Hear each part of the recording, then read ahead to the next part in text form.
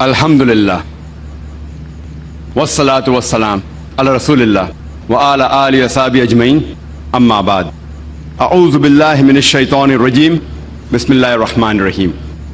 Ya ayyuhallazina amanu udkhulu fis silmi kaffa. Inna ad-dina indallahi al-islam. Rabbi shrah li sadri wa yassir li amri wahlul 'uqdatam min lisani yafqahu qawli। ডায়াসে উপস্থিত অতিথিবৃন্দ, শ্রদ্ধেয় গুরুজনেরা এবং আমার প্রিয় ভাই বোনেরা, আপনাদের সবাইকে স্বাগত জানাই ইসলামিক সম্ভাষণে। আসসালামু আলাইকুম ওয়া রাহমাতুল্লাহি ওয়া বারাকাতুহু। আল্লাহ সুবহানাহু ওয়া তাআলার দয়া, শান্তি এবং রহমত আপনাদের সবার উপরে বর্ষিত হোক। আজকে আমাদের আলোচনার টপিক হচ্ছে শরিয়া বারবারিক और পারফেক্ট। শরিয়া হচ্ছে ইসলামিক বিভিন্ন আইন নিয়ে পরিপূর্ণ একটা নিয়ম, যেখানে একজন মুসলিমের বিভিন্ন অধিকার আর দায়িত্বের কথা বলা হয়েছে। এটা দিয়ে মানুষের জীবন পরিচালিত হয়।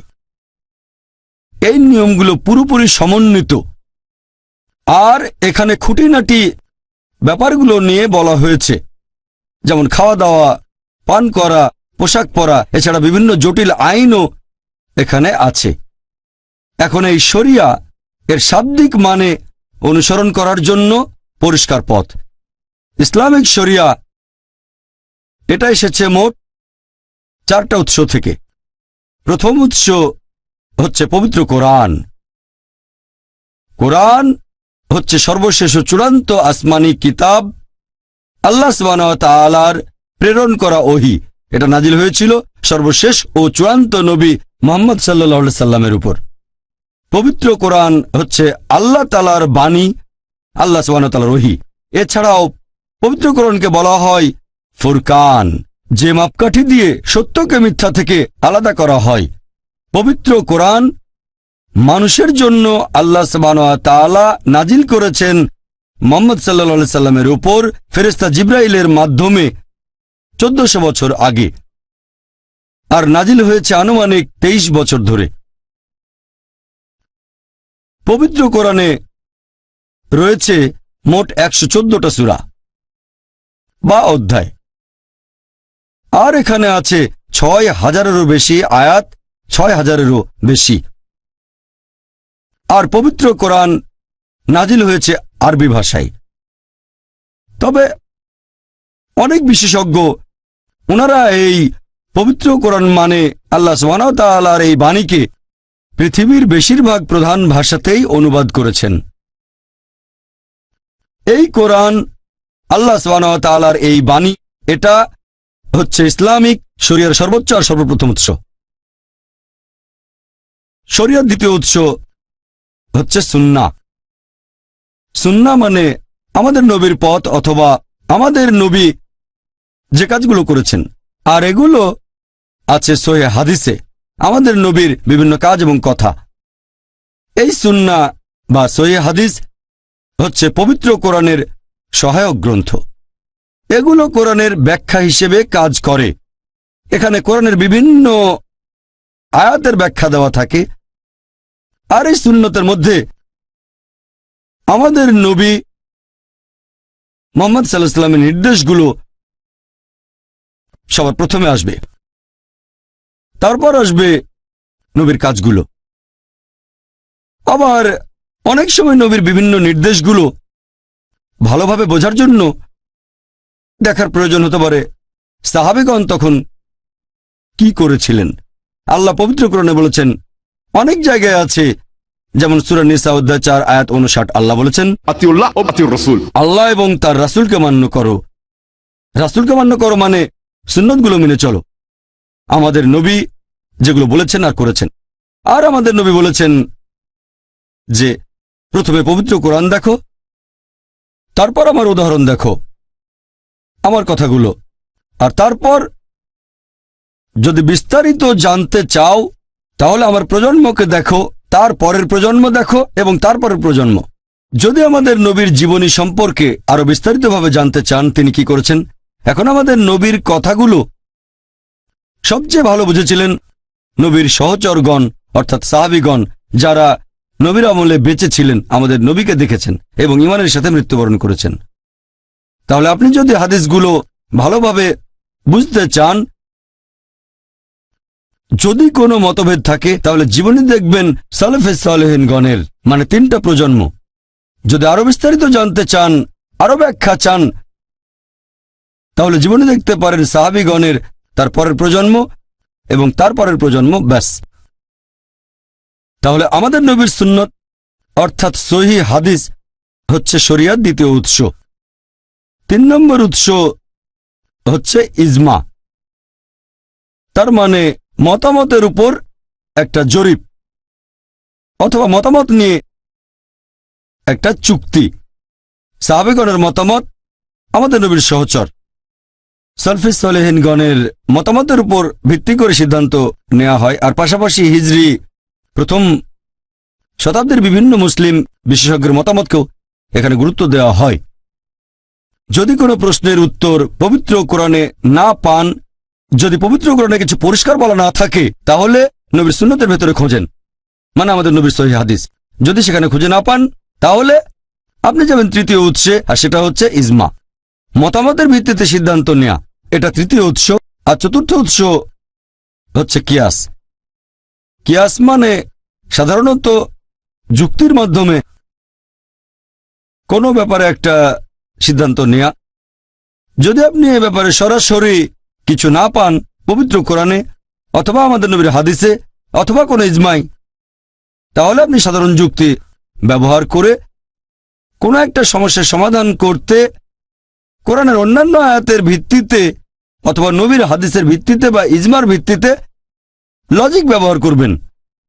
যদি বিশেষ একটা ব্যাপারে সরাসরি কিছু বলা না থাকে, তাহলে আপনি দেখবেন পবিত্র কোরআনের অন্যান্য আয়াতগুলো, নবীর সুন্নত আর ইজমা, এভাবে যুক্তি ব্যবহার করে একটা গ্রহণযোগ্য সমাধানের চেষ্টা করবেন। তবে এটা শুধুমাত্র ইজমার পরে ব্যবহার করা যাবে। এটা ব্যবহার করা যায় একটা ইসলামিক দেশে যেখানে সঠিক ইসলামিক শরিয়া মানা হয়। প্রধানত শরিয়ার উৎস এই 4টা। 1 নম্বর আর সবচেয়ে বেশি গুরুত্বপূর্ণ হচ্ছে পবিত্র কোরআন, আল্লাহ সুবহানাহু ওয়া তাআলার বাণী। 2 নম্বর আমাদের নবীর সুন্নত অর্থাৎ সহিহ হাদিস। 3 নম্বর হচ্ছে ইজমা, আর 4 নম্বর হলো কিয়াস।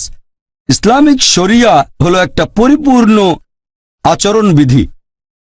এটা মানুষকে দেয় একটা পরিপূর্ণ জীবন ব্যবস্থা, আমরা কিভাবে জীবন কাটাবো। তবে দুর্ভাগ্যজনকভাবে আমরা দেখি যে মিডিয়া, পাশাপাশি ইসলামের অনেক সমালোচক বলে যে ইসলামিক শরিয়া আসলে বর্বরচিত, আর শরিয়ার বিরুদ্ধে তাদের যে অভিযোগ, তার মধ্যে আপনারা দেখবেন বেশিরভাগই 2টো বিষয়কে কেন্দ্র করে।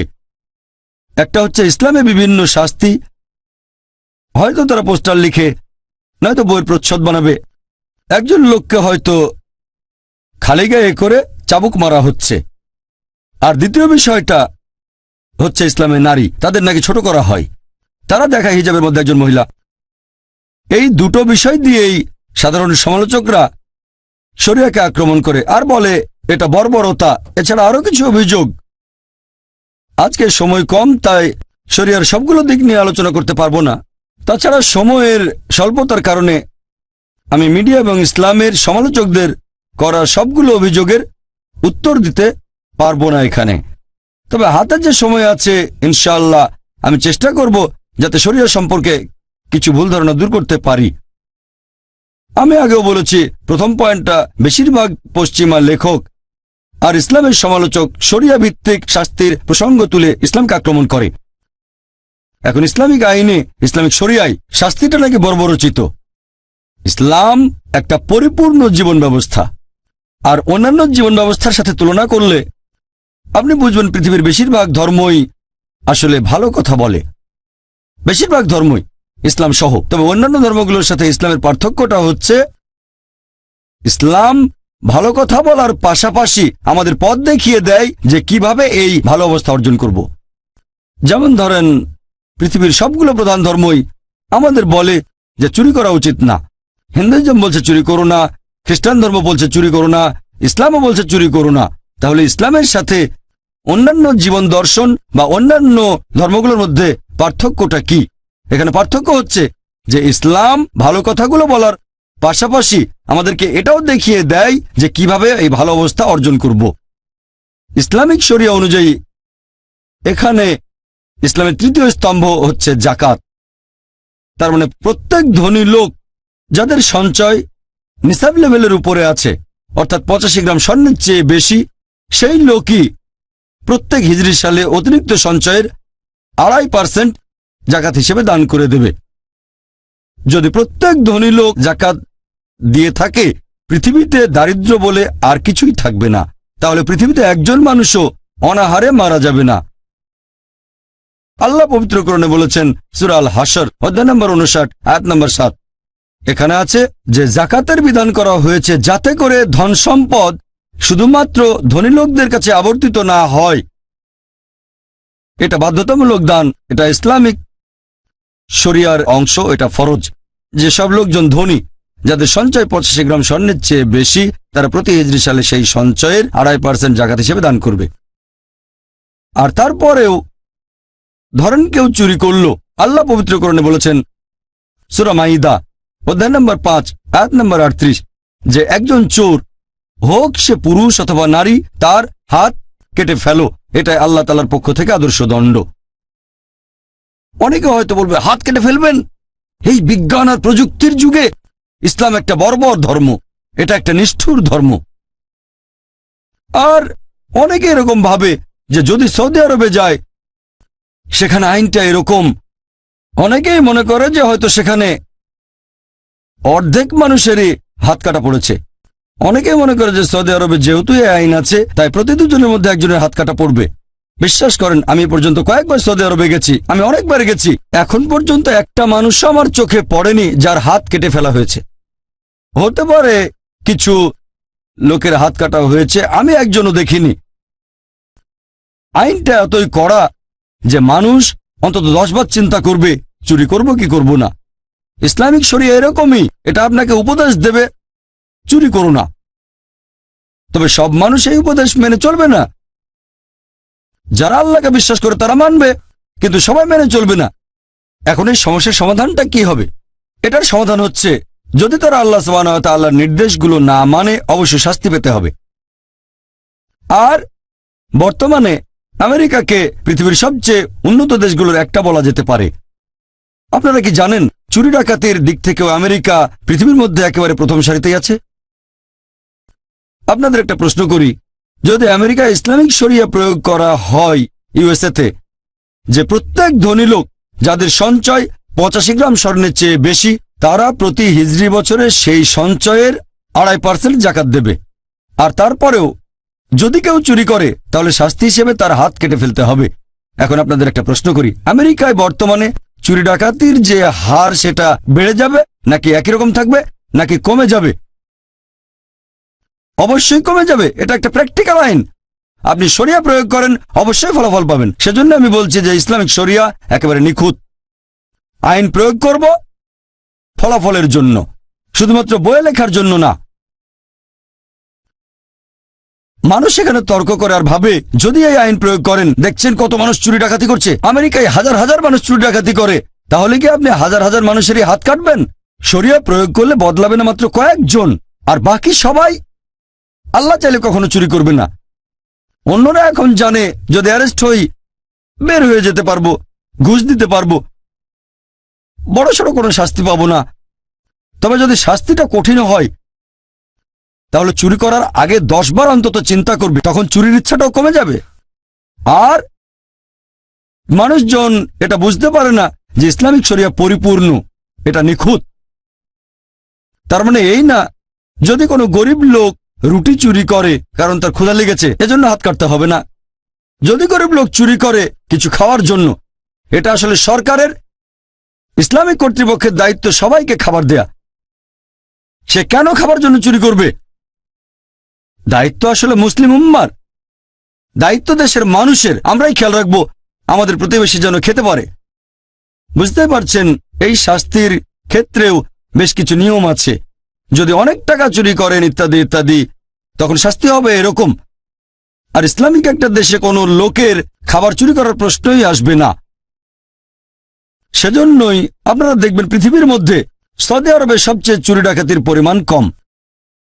এটা প্র্যাকটিক্যাল আইন, প্রয়োগ করলে ফলাফল পাবেন। আমি এখানে শাস্তির একটা উদাহরণ দিলাম আর যুক্তি যে কেন শাস্তিটা এরকম। মানুষজন ভয় পায় যে হাত কেটে ফেলা হবে যখনই শরিয়া প্রয়োগ করবে। শাস্তি প্রয়োগ হয়তো করবেন না, প্রয়োগ করলেও সেটা খুবই কম পরিমাণ। অন্য আরো যে বিষয় নিয়ে ইসলামের সমালোচকরা অভিযোগ করে সেটা হচ্ছে ইসলামে নারীর অধিকার। সময় স্বল্পতার কারণে সবগুলো অভিযোগ নিয়ে আলোচনা করতে পারবো না। সংক্ষেপে বললে এই সমালোচকরা বলে ইসলাম ধর্মে মহিলাদের অবস্থান অনেক নিচে, তাদের কোনো অধিকার নেই, তারা পুরুষের সমান নয়।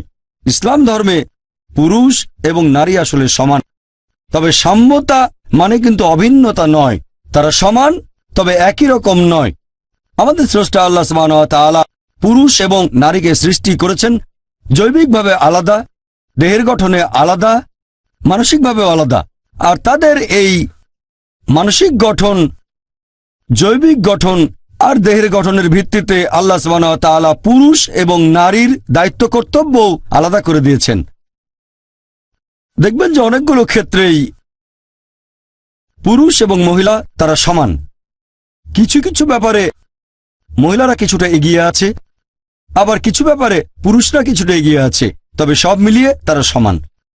আপনাদের একটা উদাহরণ দেই। ধরেন কোন একটা পরীক্ষায় দুজন ছাত্র, ছাত্র এ আর ছাত্র বি, দুজনেই 100তে 80 পেল, দুজনেই প্রথম হলো। যদি আপনি পরীক্ষার খাতাটা দেখেন, ধরেন সেখানে 10টা প্রশ্ন আছে, প্রত্যেক প্রশ্নে 10 নম্বর। সেখানে 1 নম্বর প্রশ্নের উত্তরে ছাত্র এ পেয়েছে 10-এর মধ্যে 9, আর ছাত্র বি পেয়েছে 10-এর মধ্যে 7। তাহলে 1 নম্বর প্রশ্নের উত্তরে ছাত্র এ কিছুটা এগিয়ে ছাত্র বির চেয়ে, আর 2 নম্বর প্রশ্নের উত্তরে ছাত্র বি পেয়েছে 9, ছাত্র এ পেল 10-এর মধ্যে 7। তাহলে 2 নম্বর প্রশ্নের উত্তরে ছাত্র বি কিছুটা এগিয়ে আছে ছাত্র এর চেয়ে। এরপর বাকি 8টা প্রশ্নের উত্তরে দুজনেই পেয়েছে 10-8, যোগ করলে দেখবেন দুজনেই পেয়েছে 100তে 80, সব মিলিয়ে তারা সমান। তবে 1 নম্বর প্রশ্নের উত্তরে ছাত্র এ কিছুটা এগিয়ে আছে, আর 2 নম্বর প্রশ্নের উত্তরে বি কিছুটা এগিয়ে আছে। একইভাবে ইসলাম ধর্মে পুরুষ এবং নারী সব মিলিয়ে সমান। কিছু কিছু ব্যাপারে মহিলারা খানিকটা এগিয়ে আছে, আবার কিছু ব্যাপারে পুরুষরা খানিকটা এগিয়ে। যেমন ধরেন এটা আছে সহিহ বুখারীতে, খণ্ড নম্বর 8, বুক অফ আদাব, অধ্যায় নম্বর 2, হাদিস নম্বর 2। একবার এক লোক নবীর কাছে এসে জিজ্ঞেস করলো যে এই পৃথিবীতে কাকে সবচেয়ে বেশি ভালোবাসা সাহচর্য দেব? নবী বললেন তোমার মাকে। লোকটা জিজ্ঞেস করলো এরপর কাকে দেব? নবী আবার বললেন তোমার মাকে। লোকটা আবার জিজ্ঞেস করলো এরপর কাকে দেব? নবী আবারও উত্তরে বললেন তোমার মাকে। লোকটা জিজ্ঞেস করলো এরপর কাকে দেব? নবী তখন উত্তরে বললেন তোমার বাবাকে। তার মানে ভালোবাসা আর সাহচর্যের 4 ভাগের 3 ভাগ সন্তানের ভালোবাসা সেটা পাচ্ছেন মা, আর বাবা তিনি পাচ্ছেন 4 ভাগের 1 ভাগ। এক কথায় মা পাচ্ছেন গোল্ড মেডেল, পাচ্ছেন সিলভার মেডেল, এছাড়াও পাচ্ছেন ব্রোঞ্জ মেডেল, আর বাবাকে শুধু সান্ত্বনা পুরস্কার নিয়ে সন্তুষ্ট থাকতে হচ্ছে। তাহলে ভালোবাসা আর সাহচর্যের ব্যাপারে দেখবেন মহিলারা এখানে এগিয়ে আছে। কেন? বুঝতে পারছেন, কারণ এই মা আমাদের 9 মাস গর্ভে ধারণ করেছেন, আর নবী বলেছেন সেই 9 মাসের কষ্ট সহ্য করার বিনিময়ে যদি পাহাড় সমান স্বর্ণ দাও সেই ঋণ তোমরা শোধ করতে পারবে না। তাহলে সেই কারণেই সন্তানের ভালোবাসা আর সাহচর্যের কথা বললে মা অনেক বেশি এগিয়ে আছেন। আপনাদের আরেকটা উদাহরণ দেই। ধরেন একটা চোর আমার ঘরের ভেতরে ঢুকলো, তখন বলবো না যে আমি নারী স্বাধীনতায় বিশ্বাস করি। এ কথা বলে স্ত্রীকে চোরের সাথে লড়তে বলবো না, আমি লড়বো। আল্লাহ পবিত্র কোরআনে বলেছেন সূরা নিসা অধ্যায় নম্বর 4 আয়াত নম্বর 34 যে আল্লাহ সুবহানাহু ওয়া তাআলা পুরুষদের বেশি করে শারীরিক শক্তি দিয়েছেন। তাহলে যেহেতু আল্লাহ সুবহানাহু ওয়া তাআলা পুরুষদের শারীরিক শক্তি বেশি দিয়েছেন, তাই পুরুষদের দায়িত্ব মহিলাদের সাহায্য আর রক্ষা করা। তাহলে শারীরিক শক্তিতে পুরুষরা কিছুটা এগিয়ে। এছাড়া আরো অনেক ক্ষেত্রেই পুরুষ আর মহিলা সমান। আমি এখানে সংক্ষেপে ইসলামের সমালোচকদের অভিযোগের উত্তর দিলাম যে নারীর অধিকারের বিষয়ে ইসলামের আইন মোটেও বর্বরচিত নয়। আরো বিস্তারিত জানতে আমার ভিডিও ক্যাসেট দেখতে পারেন women's right in Islam মডার্নাইজিং or outdated. কথা আগেও বলেছি যে বেশিরভাগ ধর্মই সাধারণত ভালো কথা বলে থাকে, তবে ইসলাম ভালো কথা বলার পাশাপাশি আমাদের দেখিয়ে দেয় যে কিভাবে ভালোটা অর্জন করব। আজকে অনেকে আপত্তি জানায় বিভিন্ন রকমের মতামত যে আইনটা কেমন হওয়া উচিত। এরকম একটা কমন অভিযোগ হচ্ছে ইসলামে মহিলাদের অবস্থান বেশ নিচে। এর কারণটা ইসলামিক হিজাব। তারা বলে যে ইসলামিক হিজাব মোটেও শালীনতা প্রকাশ করে না, শালীনতার জন্য না, হিজাব করা হয় মহিলাদের নিচে রাখার জন্য। আপনারা যদি বর্তমানের আশেপাশে একটু ভালো করে দেখেন যে শালীনতার সংজ্ঞা এক এক মানুষের কাছে এক এক রকম হতে পারে, পরিবেশের উপর ভিত্তি করে আর সমাজের উপর। যেমন ধরেন মুসলিম আরব দেশগুলোতে কোনো মহিলার দিকে তাকানো, একজন মহিলাকে দেখা, এটাকে বলা হয় অশালীনতা। আমাদের দেশ ভারতে মহিলাদের দিকে তাকাতে পারেন, কথা বলতে পারেন, কিন্তু স্পর্শ করলে সেটা অশালীনতা। সেজন্য অভিবাদন জানানোর সময় ভারতে হাত জোড় করে। ভারতের পরিবেশে কোনো মহিলাকে স্পর্শ না করলে বলা হবে শালীনতা। আবার পশ্চিমা দেশগুলোতে হ্যান্ডশেক করা, পুরুষ আর মহিলা হ্যান্ডশেক করছে, এটাই ভদ্রতা। হ্যান্ডশেক করা, কথা বলা বা দেখতেও পারেন, কোনো সমস্যা নেই।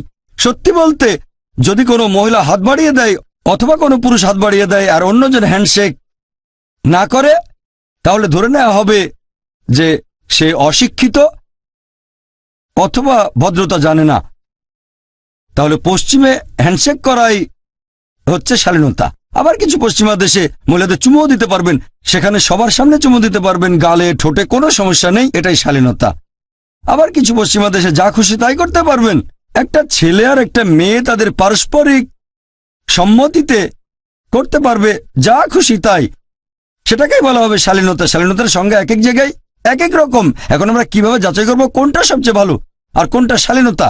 যেমন ধরেন আপনি আমেরিকায় গেলেন বা পশ্চিমা কোনো দেশে, সেখানে কোনো একটা যুবতী হয়তো পরেছে মিনি স্কার্ট বা শর্টস, সেখানে এটাই শালীনতা। সেই মহিলা যদি ভারতে আসে অথবা ভারতে কোনো মেয়ে যদি, যেমন ধরেন মাদ্রাজে মিনিস্কার্ট বা শর্টস পরল, তাকে তখন বলা হবে অশালীন। ঠিক না ভুল? হ্যাঁ কি না?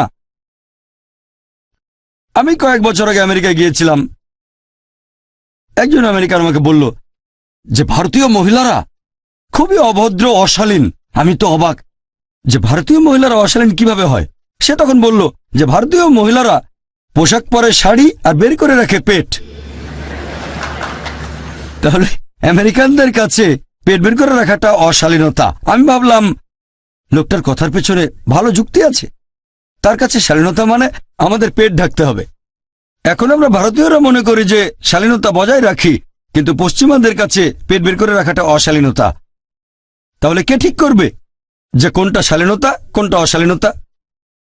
সবচেয়ে ভালো যিনি বলতে পারবেন তিনি আমাদের স্রষ্টা আল্লাহ সুবহানাহু ওয়া তাআলা, সর্বশক্তিমান ঈশ্বর। আসুন এবার দেখি যে ইসলামিক শরিয়াতে কি বলা হয়েছে, কোরআন এবং হাদিস শালীনতা সম্পর্কে কি বলছে। আর অনেকে অভিযোগ করে যে ইসলাম হিজাবের মাধ্যমে মহিলাদের নিচু করে রাখে। তাদের উদ্দেশ্যে বলবো, আপনারা যদি ইতিহাস দেখেন, ব্যাবিলনের সভ্যতার সময় তারা মহিলাদের সাথে খুব খারাপ ব্যবহার করত। একজন লোক কাউকে খুন করলে সেই লোককে শাস্তি না দিয়ে তার স্ত্রীকে মৃত্যুদণ্ড দেওয়া হতো। আর গ্রিক সভ্যতায় তাদের পৌরাণিক কাহিনীতে একটা কাল্পনিক মহিলা চরিত্র প্যান্ডোরা, যে পৃথিবীর সব দুর্ভোগ আর দুর্দশার কারণ। প্রথম দিকে তারা পবিত্রতা বিশ্বাস করত, কিন্তু পরবর্তীতে খ্যাতিলোভের কারণে পতিতাবৃত্তি বেড়ে গিয়েছিল। তারপর রোমান সভ্যতায় নগ্নতা ছিল কমন, পতিতাবৃত্তি, অবাধ যৌনাচার ছিল কমন। মিশরীয় সভ্যতা দেখেন, সেখানে মহিলাদের বলা হতো শয়তানের চিহ্ন। আর পবিত্র কোরআন নাজিল হওয়ার আগে আরব সভ্যতায় যদি কোনো কন্যা সন্তান জন্মাতো তাকে মেরে ফেলা হতো, জীবন্ত কবর দেওয়া হতো। ইসলাম হলো প্রথম ধর্ম, আর মুহাম্মদ সাল্লাল্লাহু আলাইহি সাল্লাম প্রধান উদ্যোক্তা, যিনি মহিলাদের উপরে তুলেছেন। আর ইসলাম ধর্ম মহিলাদের অধিকার দেওয়ার পরে তাদের এই পথটাও দেখিয়ে দিচ্ছে যে কিভাবে স্বাধীনতা বজায় রাখতে হবে, কিভাবে অধিকার বজায় রাখতে হবে, অবস্থান বজায় রাখতে হবে। আর এই কারণে হিজাবের ব্যবস্থা করা হয়েছে। মানুষ সাধারণত মহিলাদের হিজাবের কথা বলে, তবে আল্লাহ সুবহানাহু ওয়া তাআলা তার আসমানি কিতাব পবিত্র কোরআনে প্রথমে বলেছেন পুরুষদের হিজাবের কথা, তারপর মহিলাদের হিজাব। আল্লাহ পবিত্র কোরআনে বলেছেন সূরা নূর অধ্যায় নম্বর 24 আয়াত নম্বর 30, মুমিন পুরুষদের বলো তারা যেন দৃষ্টি সংযত রাখে, লজ্জাস্থানে হেফাজত করে। যখন একজন পুরুষ কোনো মহিলাকে দেখবে তখন মাথায় কোনো খারাপ চিন্তা আসলে সে দৃষ্টি নিচু করবে, মনে কোনো নির্লজ্জ চিন্তা আসলে দৃষ্টি নিচু করবে। একবার একজন মুসলিম অনেক সময় ধরে একটা মেয়েকে দেখছিল। আমি বললাম, ভাই তুমি কি করছো? ইসলামে তো এটার অনুমতি নেই। সে আমাকে বলল, আমাদের প্রিয় নবী বলেছেন প্রথমবার দেখার অনুমতি আছে, দ্বিতীয়বার দেখা নিষিদ্ধ। আমার প্রথমবারের দেখা অর্ধেক শেষ হয়নি। নবী কথা দিয়ে কি বুঝিয়েছেন যে প্রথমবার দেখার অনুমতি আছে, দ্বিতীয়বার দেখা নিষিদ্ধ? তার মানে এই না যে 10 মিনিট ধরে আপনি পলক না ফেলে একটা মেয়েকে দেখবেন আর বলবেন অর্ধেক দেখা শেষ হয়নি।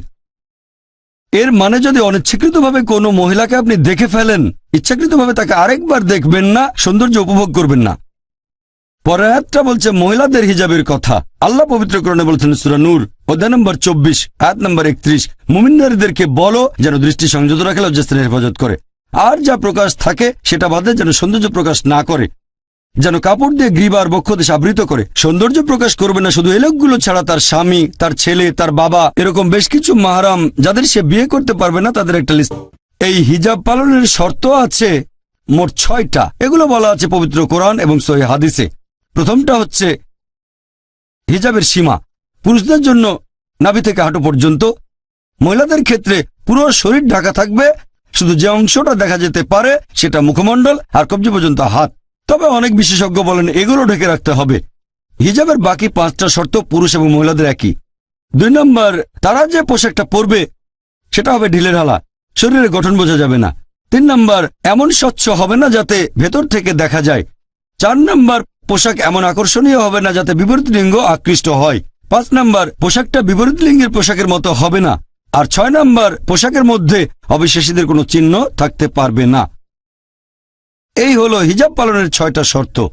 আর আল্লাহ পবিত্র কোরআনে বলেছেন সূরা আহজাব অধ্যায় নম্বর 33 আয়াত নম্বর 59 যে হে নবী, তোমার স্ত্রীগণকে বলো, তোমার কন্যাদের এবং মুমিন নারীদের, তারা যখন বাইরে যাবে তখন যেন চাদর পরে, এতে করে তাদের সহজেই চেনা যাবে আর এতে করে তাদের উত্ত্যক্ত করা হবে না।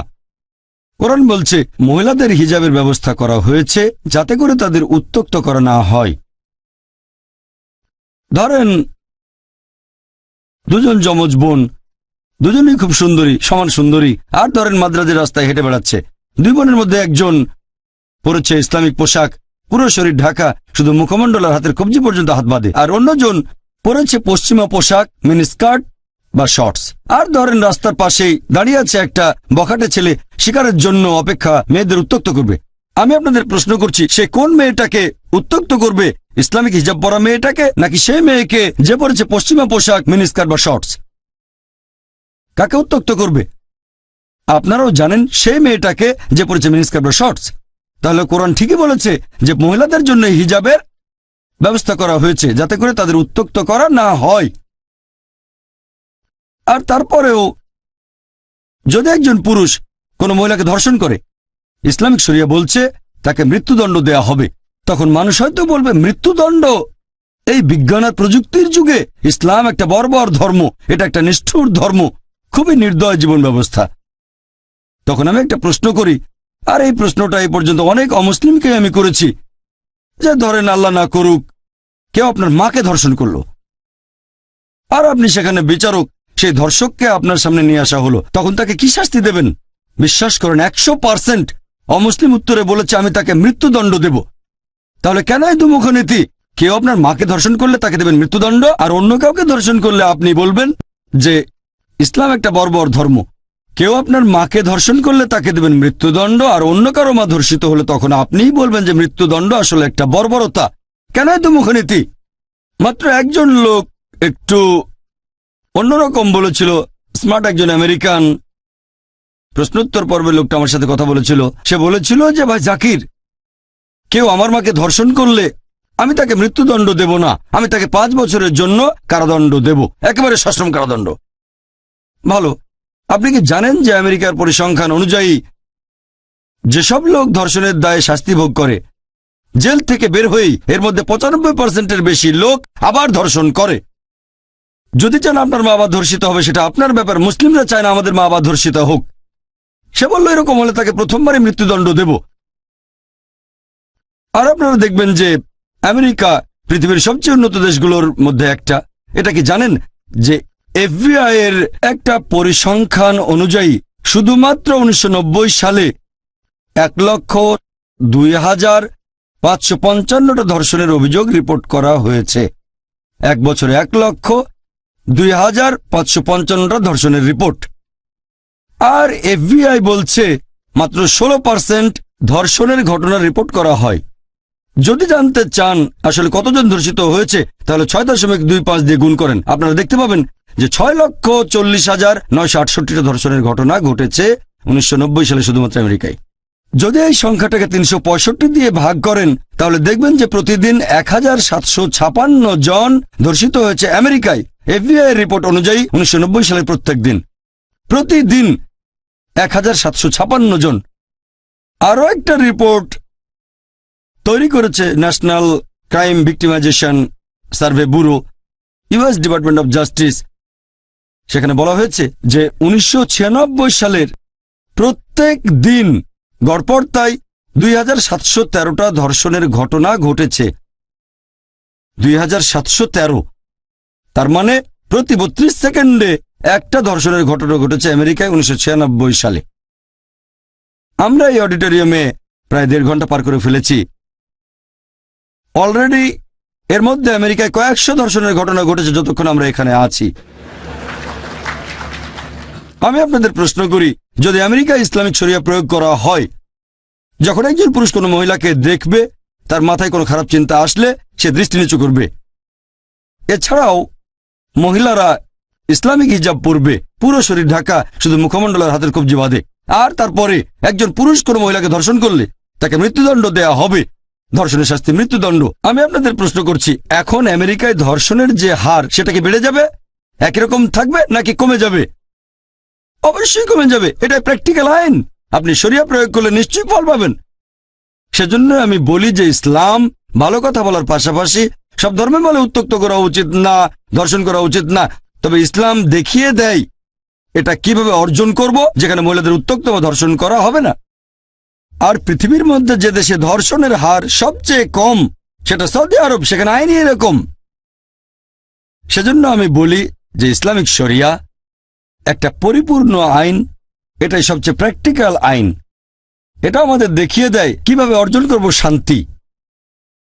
এই আইনটা তাদের কাছে বর্বর বলে মনে হবে যারা জানে না যে পৃথিবীতে এখন কোন মাত্রায় অপরাধ ঘটছে। আইন হলো একটা নিয়ম যেখানে আপনি ফল পাবেন, যেখানে আপনি শান্তি পাবেন।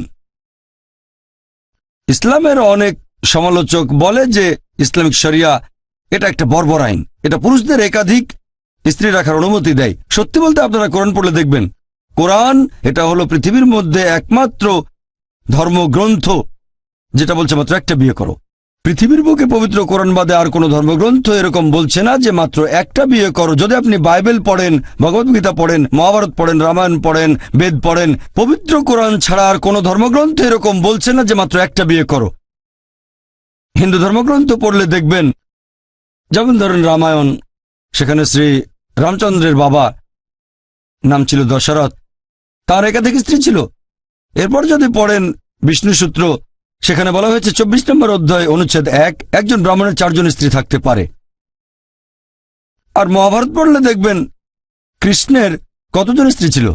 4, 10, 1000, 10,000, তার ছিল 16,108 জন স্ত্রী। কৃষ্ণের যদি 16,108 জন স্ত্রী থাকতে পারে তাহলে আমাদের 4 জন থাকলে সমস্যা কি? এরপর যদি ইহুদি ধর্মগ্রন্থ পড়েন, যেমন ধরেন ওল্ড টেস্টামেন্ট, সুলাইমানের ছিল 700 জন স্ত্রী, বাইবেলে কথা বলছে। আর ওল্ড টেস্টামেন্টের কথা অনুযায়ী ইব্রাহিমের ছিল 3 জন স্ত্রী। ইহুদি ধর্ম অনুযায়ী পুরুষরা যত খুশি বিয়ে করতে পারে, তবে পরবর্তীতে 10ম আর 11শ শতাব্দীতে রাবাই গারশাম বেন জুদা একটা আইন পাশ করেন যে ইহুদিরা মাত্র একটা বিয়ে করবে। তবে এই 1950 সালের দিকেও দেখা যেত যে মুসলিম দেশগুলোতে যেসব ইহুদি থাকতো, তার মানে যারা সেফরাডিক, তারা একাধিক মহিলাকে বিয়ে করত। এরপর দেখেন খ্রিস্টান ধর্মগ্রন্থ বাইবেলে কোথাও বলা হয়নি মাত্র একটা বিয়ে করো। খ্রিস্টান পুরুষরা যত খুশি বিয়ে করতে পারে, তবে পরবর্তীতে চার্চ এ ব্যাপারে নিয়ম করে দেয় যে খ্রিস্টানরা মাত্র একটা বিয়ে করবে। এমনকি ভারতেও কোন হিন্দু ধর্মগ্রন্থ বলছে না যে মাত্র একটা বিয়ে করো। পরবর্তীতে ভারত সরকারের আইন, ইন্ডিয়ান পেনাল কোড, একটা আইন পাশ করে 1954 সালে Hindu marriage special act. Hindu marriage special act বলছে যে মাত্র একটা বিয়ে করবে হিন্দুরা। হিন্দু ধর্মগ্রন্থ পুরুষদের অনুমতি দিয়েছে যত খুশি বিয়ে করতে পারবে। খ্রিস্টান আর ইহুদি ধর্ম বলছে যত খুশি বিয়ে করতে পারেন, 4টা 10টা 100 1000 10,000 যত খুশি বিয়ে করতে পারেন। একবার একটা রিপোর্ট প্রকাশ করা হয়েছিল, সেখানে বলা হয়েছিল ইসলাম ধর্মে মহিলাদের অবস্থান। 1975 সালে প্রকাশিত সেই রিপোর্টের 66 ও 67 নম্বর পৃষ্ঠায় বলা হয়েছে যে 10 বছর সময়ের মধ্যে 1951 থেকে 1961 সাল পর্যন্ত ভারতের মুসলিমদের মধ্যে 4.31% পুরুষ একাধিক বিয়ে করেছে, মানে তাদের একাধিক স্ত্রী আছে। আর হিন্দুদের মধ্যে এই পার্সেন্টেজ ছিল 5.06। তাহলে পরিসংখ্যান অনুযায়ী হিন্দুদের মধ্যে বহুবিবাহের হার মুসলিমদের তুলনায় বেশি। আসুন এবার দেখি পবিত্র কোরআন কি বলছে। আল্লাহ পবিত্র কোরআনে বলেছেন সূরা নিসা অধ্যায় নম্বর 4 আয়াত নম্বর 3, তোমার পছন্দের নারীকে বিয়ে করো 2, 3 বা 4 জনকে, যদি সুবিচার করতে না পারো তাহলে একজনকে বিয়ে করো। এভাবে মাত্র একটা বিয়ে করার কথা শুধু কোরআনেই বলা হয়েছে, অন্য কোনো ধর্মগ্রন্থে নয়। আপনি একাধিক বিয়ে করতে পারেন, সর্বোচ্চ 4 জন, যদি সুবিচার করতে পারেন। সুবিচার করতে না পারলে মাত্র একটা বিয়ে করেন। আর আল্লাহ কোরআনে বলেছেন সূরা নিসা অধ্যায় নম্বর 4 আয়াত নম্বর 129, স্ত্রীগণের সাথে সমান ব্যবহার করা খুব কঠিন, তবে কারো দিক থেকে পুরোপুরি মুখ ফিরিয়ে নিও না। অনেক মানুষ ভাবে ইসলামে 4টা বিয়ে করা বাধ্যতামূলক। আমার কয়েকজন বন্ধু আছে বোম্বেতে। যখন মেডিকেল কলেজে পড়তাম, এক বন্ধু আমাকে বলল মুসলিমদের 80%-এর বেশি লোকের 4 জন স্ত্রী। বললাম এটা কোথায় পেলে? আমি জানি। তখন বললাম তোমাকে চ্যালেঞ্জ করছি, ভারতে এরকম 10 জন লোক দেখাও যাদের 4 জন স্ত্রী, আমি তোমাকে 1 লক্ষ টাকা দেব। মাত্র 10 জন। এখন পর্যন্ত আমি কোনো ভারতীয় মুসলিম পুরুষকে দেখিনি যার 4 জন স্ত্রী। আমি জানি অনেক লোক আছে ভারতের বাইরে, যেমন আরব দেশগুলোতে অনেকেরই 4 জন স্ত্রী। তবে ভারতীয় মুসলিমদের একটা ভুল ধারণা আছে যে প্রত্যেক মুসলিম 4টা বিয়ে করে। সত্যি বলতে 4টা বিয়ে করা ইসলামে ফরজ না, এটা বাধ্যতামূলক না, এটা হচ্ছে মুবাহ, ঐচ্ছিক। একাধিক বিয়ে করতে চাইলে করতে পারেন, তবে বিয়ে করলে স্ত্রীদের সাথে সুবিচার করতে হবে। আসুন এবারে দেখি যে কোন যুক্তিতে আল্লাহ সুবহানাহু ওয়া তাআলা পুরুষদের অনুমতি দিয়েছেন যে তারা 4টা বিয়ে করতে পারবে। প্রাকৃতিকভাবে পুরুষ এবং মহিলা সমান অনুপাতে জন্মায়।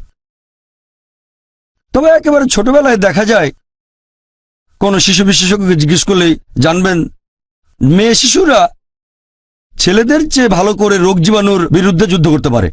তাই একেবারে ছোটবেলাতেই ছেলে শিশুরা মেয়েদের তুলনায় একটু বেশি হারে মারা যায়। তাহলে শিশু অবস্থাতে দেখা যায় ছেলেদের চেয়ে মেয়েদের সংখ্যা বেশি। তারপর সময় পার হয়, মানুষজন মারা যায় ধূমপানের কারণে, মদ পান করে, গাড়ি অ্যাক্সিডেন্টে, যুদ্ধের সময়। এখানে পুরুষরা মহিলাদের তুলনায় একটু বেশি মারা যায়। এখনকার পৃথিবীতে দেখবেন যে পুরুষের তুলনায় মহিলাদের সংখ্যা অনেক বেশি। তৃতীয় বিশ্বের কিছু দেশ অবশ্য ব্যতিক্রম, যেমন ভারত। আর যে কারণে ভারতে পুরুষের তুলনায় মহিলার সংখ্যা কম, তা হচ্ছে মেয়ে শিশু আর ভ্রূণ হত্যা।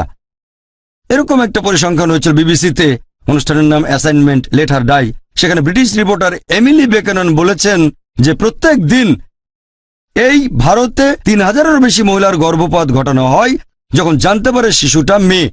তার মানে ভারতে প্রতি বছর 10 লক্ষ মহিলার গর্ভপাত ঘটানো হচ্ছে যখন জানতে পারছে যে শিশুটা মেয়ে। আর তামিলনাড়ুর সরকারি হাসপাতালের রিপোর্ট আমাদের বলছে যে 10 জন জীবিত কন্যা শিশুর মধ্যে 4 জনকে মেরে ফেলা হয়। যদি এই মেয়ে শিশু আর ভ্রূণ হত্যার অশুভ প্র্যাকটিসটা বন্ধ করেন, তাহলে এই ভারতেও মহিলাদের সংখ্যা এক সময় পুরুষের চেয়ে বেশি হয়ে যাবে। বর্তমানে আপনারা দেখবেন যে শুধুমাত্র নিউ ইয়র্কে পুরুষের তুলনায় মহিলার সংখ্যা 10 লক্ষ বেশি। শুধুমাত্র আমেরিকাতে পুরুষের তুলনায় 78 লক্ষ মহিলা বেশি। শুধুমাত্র ইংল্যান্ডে পুরুষের তুলনায় 40 লক্ষ মহিলা বেশি। শুধুমাত্র জার্মানিতে 50 লক্ষ মহিলা পুরুষের তুলনায় বেশি। শুধুমাত্র রাশিয়ায় পুরুষের তুলনায় 90 লক্ষ মহিলা বেশি। আর এটা শুধু আমাদের স্রষ্টা আল্লাহ সুবহানাহু ওয়া তাআলাই বলতে পারবেন যে পুরো পৃথিবীতে পুরুষের তুলনায় মহিলার সংখ্যা কত বেশি। যদি মেনেও নেই যে প্রত্যেক পুরুষের উচিত একজন মহিলাকে বিয়ে করা, আর ধরেন আমার বোন অথবা আপনার বোন সে আমেরিকায় বসবাস করে, আর সবাই সেখানে বিয়ে করে ফেলেছে। প্রত্যেক পুরুষই একজন মহিলাকে বিয়ে করে ফেলেছে। তারপরে আমেরিকায় ৭৮ লক্ষ মহিলা থেকে যাবে যারা কোনো জীবনসঙ্গী খুঁজে পাবে না। তাদের জন্য যে পথটা খোলা থাকবে, হয় এমন কোনো পুরুষকে বিয়ে করবে যার স্ত্রী আছে, নয়তো হবে জনগণের সম্পত্তি। লোকে বলতে পারে জনগণের সম্পত্তি। ডক্টর জাকির, আপনি খুব কঠিন করে বলছেন। এটাই আমার জানা মতে সবচেয়ে ভদ্র ভাষা। এর চেয়ে ভালো শব্দ আমার জানা নেই। আর একজন ভদ্র মহিলা এরকম ক্ষেত্রে এমন কোনো পুরুষকেই বিয়ে করবে যার একজন স্ত্রী আছে। জনগণের সম্পত্তি সে হতে চাইবে না। আপনারা দেখবেন যে পশ্চিমা দেশগুলোতে রক্ষিতার ব্যাপারটা খুবই কমন। 2টো 10টা 20টা 30টা 40টা কোনো সমস্যা নেই, যত খুশি রক্ষিত রাখতে পারেন। আমেরিকার পরিসংখ্যান বলছে একজন বিয়ে করার আগে গড়পড়তায় সে 8 জনের সাথে যৌন সম্পর্ক তৈরি করতে পারে। আমেরিকানরা গড়ে কেউ 2টো, কেউ 5টা, কেউ 20টা, আবার কেউ 30টা। বিয়ের আগে 8 জনের সাথে যৌন সম্পর্ক হচ্ছে, এটা তারা হজম করতে পারে। কিন্তু একাধিক মহিলাকে বিয়ে করাটা তারা হজম করতে পারে না। তুলনা করলে দেখবেন কোনো মহিলা যখন রক্ষিতা তখন সে কোনো সম্মান পায় না, কোনো অধিকার পায় না। আর একজন মহিলা যদি কারো দ্বিতীয় স্ত্রীও হয়, আলহামদুলিল্লাহ, সে তখন অধিকার পায়, উপযুক্ত সম্মান পায়, নিরাপত্তা পায়। তাহলে আপনারা বুঝতে পারছেন যে কারণে ইসলাম ধর্ম অনুমতি দিয়েছে যে কিছু পুরুষ একাধিক মহিলাকে বিয়ে করতে পারে, সেটা হলো যাতে মহিলাদের শালীনতা বজায় থাকে, তাদের অসম্মান করার জন্য না। এছাড়াও আপনারা দেখবেন যে ইসলাম ধর্মে মহিলাদেরকে বলা হয় মহসেনা, অর্থাৎ শয়তানের বিরুদ্ধে দুর্গ। আর অন্যান্য ধর্মে মহিলাদেরকে বলা হয় শয়তানের প্রধান অস্ত্র। আমাদের প্রিয় নবী মুহাম্মদ সাল্লাল্লাহু আলাইহি ওয়াসাল্লাম বলেছেন, এটা আছে সহিহ বুখারীতে, খণ্ড নম্বর 7, বুক অব নিকাহ, অধ্যায় 3, হাদিস নম্বর 4। হে যুবক যুবতীরা, তোমাদের যাদের বিয়ে করার সামর্থ্য আছে তারা বিয়ে করে ফেলো। আর নবী বলেছেন ইসলাম ধর্মের সন্ন্যাস ব্রত বলে কিছু নেই। আমাদের নবী আরো বলেছেন, কেউ বিয়ে করলে তার অর্ধেক দিন পূর্ণ হয়। একবার প্রশ্ন উত্তর পর্বে একজন আমাকে বলেছিল, তার মানে কি এই যে 2টো বিয়ে করি তাহলে সম্পূর্ণ দিন পূরণ হবে? বিয়ে করলে অর্ধেক দিন পূর্ণ হয়, এটা দিয়ে নবী কি বুঝিয়েছেন? বিয়ে করলে দূরে থাকবে অবাধ যৌনাচার, ব্যভিচার থেকে, অশ্লীলতা, সমকামিতা থেকে। এগুলো সমাজে খারাপ জিনিসগুলোর অর্ধেক। শুধুমাত্র বিয়ে করলেই আপনি মা অথবা বাবা হওয়ার সুযোগ পাবেন, বিয়ে করলে স্বামী বা স্ত্রী হওয়ার সুযোগ পাবেন। এই দায়িত্বগুলো ইসলামে খুবই গুরুত্বপূর্ণ। তাহলে আপনি বিয়ে করলে 1টা অথবা 2টা, এখানে দিন পূর্ণ হবে অর্ধেক। আর নবী বলেছেন, যদি কেউ বিয়ে না করে সে আমার দলে না। বিয়ে বা নিকাহ সম্পর্কে কোরআন বলছে, সূরা নিসা অধ্যায় নম্বর 4, আয়াত নম্বর 21, এটা মিসাক বা পবিত্র চুক্তিনামা। আর একটা বিয়ে বৈধ হতে গেলে সেখানে হবু স্বামী এবং স্ত্রী দুজনের সম্মতি গুরুত্বপূর্ণ। পুরুষ এবং মহিলা সমান গুরুত্বপূর্ণ। আমাদের প্রিয় নবী বলেছেন, এটা আছে সহিহ বুখারীতে, খণ্ড নম্বর 7, বুক অব নিকাহ, অধ্যায় নম্বর 69, হাদিস নম্বর 49। একবার এক মহিলা নাম খানসা বিনতে খাদেম আল আনসারিয়া নবীর কাছে আসলো আর নবীকে বলল যে আমার বাবা জোর করে আমার অপছন্দের লোকের সাথে আমাকে বিয়ে দিয়েছে। আর নবী তখন বিয়েটা বাতিল করে দিলেন। তাহলে ইসলাম অনুযায়ী বিয়েতে হবু স্বামী স্ত্রী দুজনেরই অনুমতি নেওয়া সমান গুরুত্বপূর্ণ। এছাড়াও ইসলাম ধর্মে একটা বিয়ে বৈধ হতে গেলে মোহর দেয়া বাধ্যতামূলক। আল্লাহ কোরআনে বলেছেন সূরা নিসা অধ্যায় 4, আয়াত 4, বিয়ের সময় তোমরা নারীদেরকে মোহর প্রদান করবে। তাহলে মোহর দেয়া বাধ্যতামূলক। হবু স্বামী মোহর দেবে তার হবু স্ত্রীকে। তবে ভারতের কালচারে ঠিক তার উল্টোটা। এখানে হবু স্ত্রী তার হবু স্বামীকে যৌতুক দেয়। এরকম প্রায় দেখা যায় আমাদের ভারতে। আর দুর্ভাগ্যজনকভাবে এই কালচারটা মুসলিমদের ভেতরেও চলে এসেছে। আর এভাবে লোকজন তাদের অবস্থান যাচাই করে তারপর যৌতুক দাবি করে।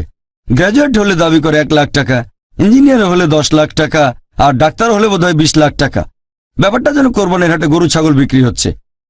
ইসলাম ধর্মে সরাসরি বা ঘুরিয়ে ফিরিয়ে যৌতুক দাবি করাটা সম্পূর্ণ নিষিদ্ধ।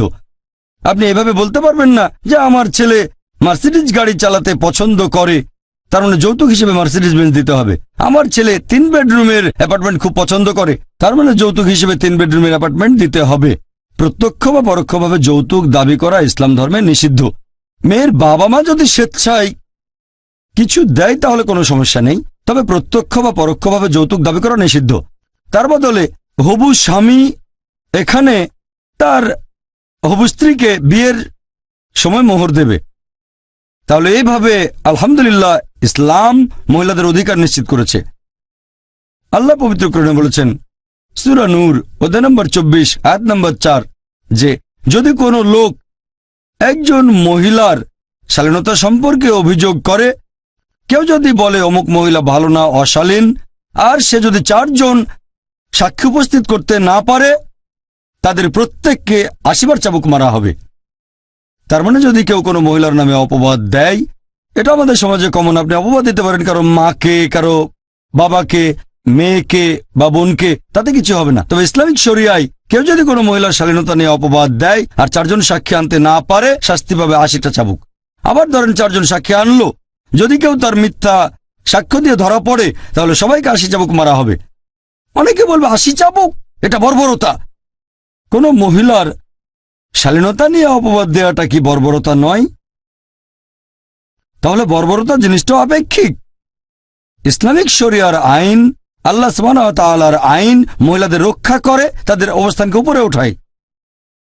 পশ্চিমা কালচার এরকম না, সেখানে তারা পশ্চিমা সভ্যতার নামে, নারী স্বাধীনতার নামে তাদের উপরে তুলেছে বলে দাবি করে, আসলে তাদের নিচে নামিয়েছে।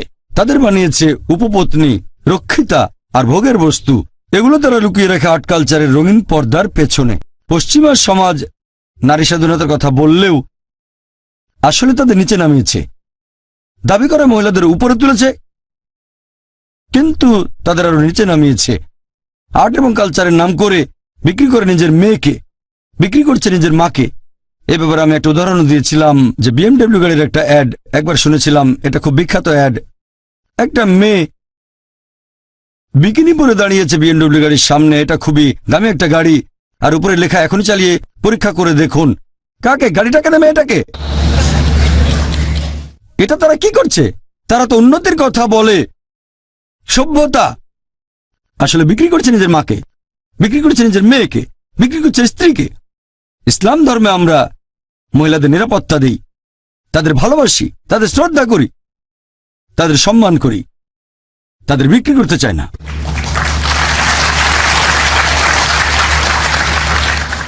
এছাড়াও অনেকে অভিযোগ করে যে ইসলাম ধর্মে উত্তরাধিকারের ক্ষেত্রে মহিলারা কেন অর্ধেক সম্পত্তি পায়। ইসলাম মহিলাদের নিচে নামিয়েছে, উত্তরাধিকার হিসেবে মহিলারা পুরুষের অর্ধেক সম্পত্তি পায়। ছেলে যা পাবে মেয়ে পাবে তার অর্ধেক। এই অবিচারের কারণ কি? পবিত্র কোরআন পড়লে দেখবেন উত্তরাধিকারের কথা অনেক জায়গায় বলা হয়েছে। সূরা বাকারা অধ্যায় 2 আয়াত 180, সূরা বাকারা অধ্যায় 2 আয়াত 240, সূরা নিসা অধ্যায় 4 আয়াত 7 থেকে 9, সূরা নিসা অধ্যায় 4 আয়াত 19, সূরা নিসা অধ্যায় 4 আয়াত 33, সূরা নিসা অধ্যায় 4 আয়াত 176, সূরা মাইদা অধ্যায় 5 আয়াত 105 থেকে 8। এরকম অনেক আয়াতে উত্তরাধিকারের কথা বলা হয়েছে।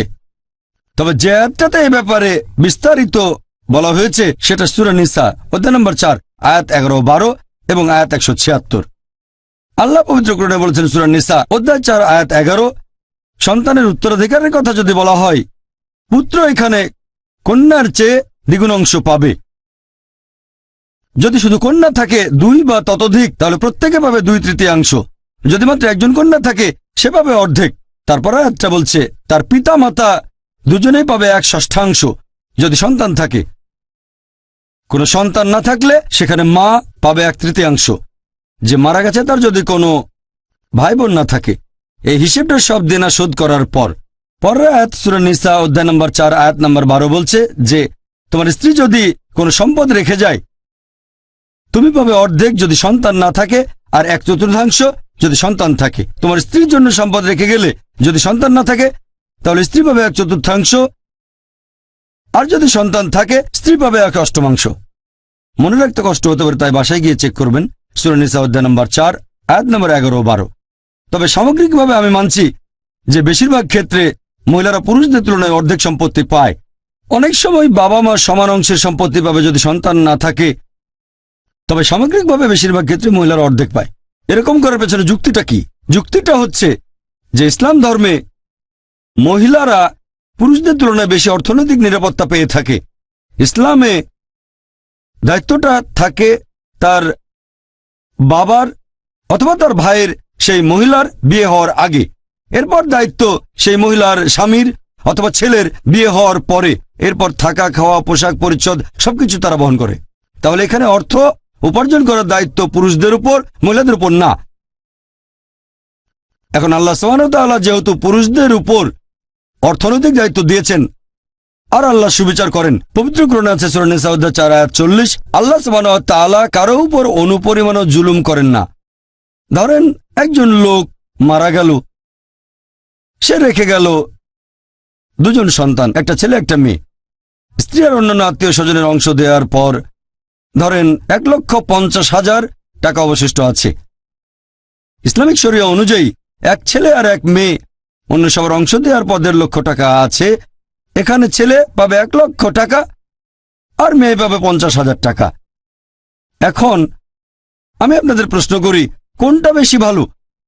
যে 1 লক্ষ টাকার সম্পত্তি পেলেন আর হয়তো 90,000 টাকা খরচ করলেন পরিবারের পেছনে, কারণ ছেলে যদি 1 লক্ষ টাকা পায় এটা পরিবারের জন্য খরচ করতে হবে, নাকি এটা ভালো যে 50,000 পেলেন আর একটা পয়সা খরচ করলেন না আপনি? কারণ মেয়ে যে টাকা পাচ্ছে তা থেকে নিজের ভরণ পোষণের জন্য তাকে একটা টাকাও খরচ করতে হবে না। তার যাবতীয় ভরণ পোষণের দায়িত্ব হচ্ছে পরিবারের পুরুষদের উপর। তাহলে 50,000 টাকা পেয়ে 1 টাকাও খরচ করবেন না, এটা 1 লক্ষ টাকা পেয়ে 80-90,000 টাকা পরিবারের পেছনে খরচ করার চেয়ে অনেক বেশি ভালো।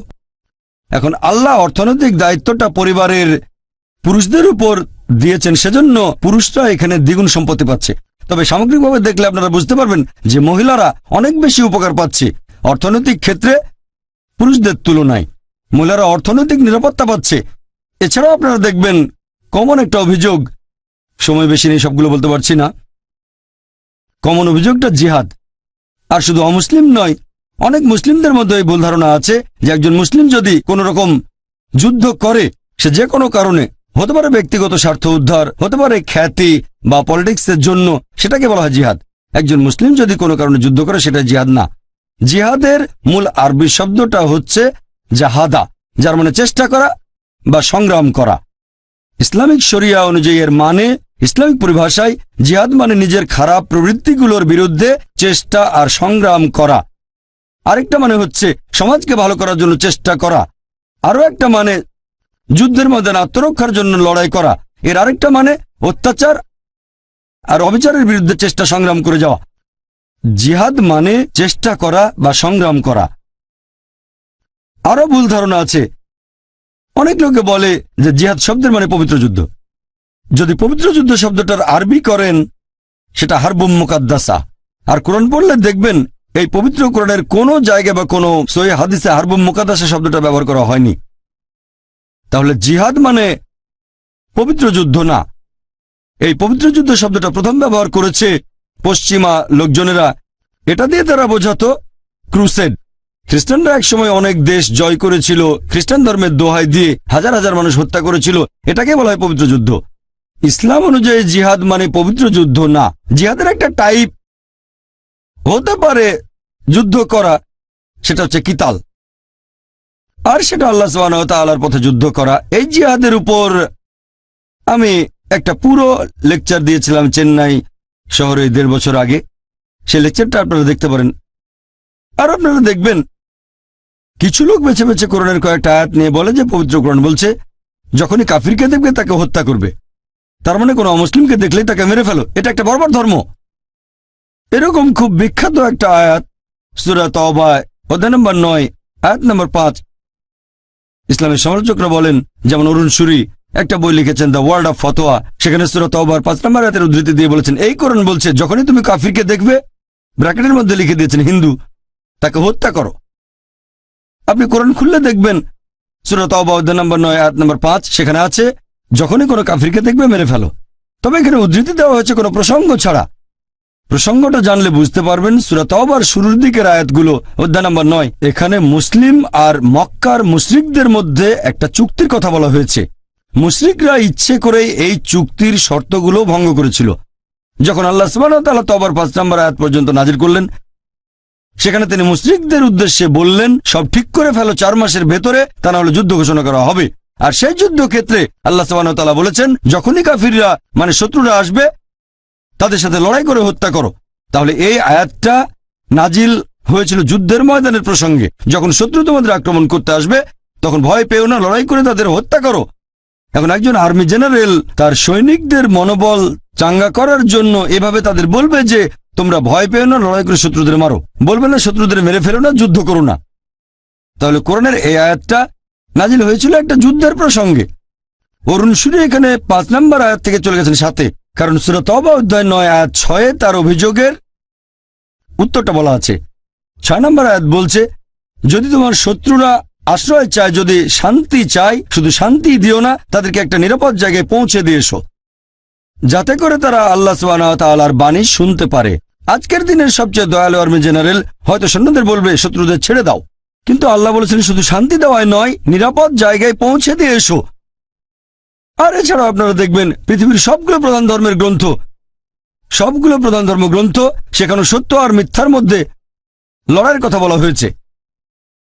সবগুলো প্রধান ধর্মগ্রন্থ, বাইবেল পড়লে দেখবেন বুক অফ এক্সোডাস অধ্যায় নম্বর 32 এখানে লড়াইয়ের কথা আছে। তারপর বাইবেলে বুক অফ নাম্বারস অধ্যায় নম্বর 31-এ লড়াইয়ের কথা আছে। এরপর গসপেল অফ লুক অধ্যায় নম্বর 22 যীশুখ্রিস্ট তার নিজের মুখে বলেছেন তরবারি নিয়ে লড়াই করো। মহাভারতে একই কথা আছে, পুরো কাহিনীটা লড়াই আর যুদ্ধ নিয়ে। ভগবদ গীতায় শ্রীকৃষ্ণ উপদেশ দিচ্ছেন অর্জুনকে যুদ্ধ করার জন্য।